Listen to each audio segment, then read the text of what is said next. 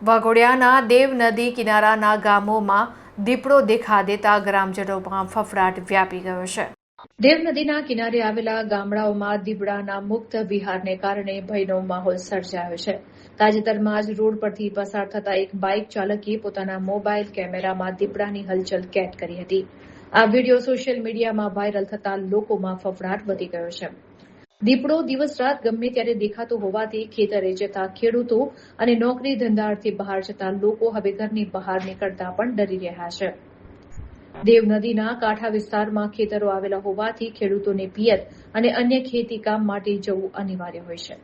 જોકે દીપડાના ડરને કારણે ખેત મજૂરો પણ કામ પર આવતા અચકાઈ રહ્યા છે, જેને કારણે ખેતી કામ પર માઠી અસર પડી રહી છે. સ્થાનિક ગ્રામજનોની રજૂઆત છે કે દીપડો કોઈ પશુ કે મનુષ્ય પર હુમલો કરે તે પહેલા વન વિભાગ જાગૃત બને. દીપડાના અવરજવર વાળા વિસ્તારોમાં તાત્કાલિક પાંજરું ગોઠવવામાં આવે. વન વિભાગ દ્વારા વિસ્તારમાં નાઇટ પેટ્રોલિંગ વધારવામાં આવે. હાલ તો આ વિસ્તારના લોકો રામ ભરોસે જીવન જીવી રહ્યા છે અને વન વિભાગ વહેલી તકે દીપડાને પાંજરે પૂરે તેની રાહ જોઈ રહ્યા છે.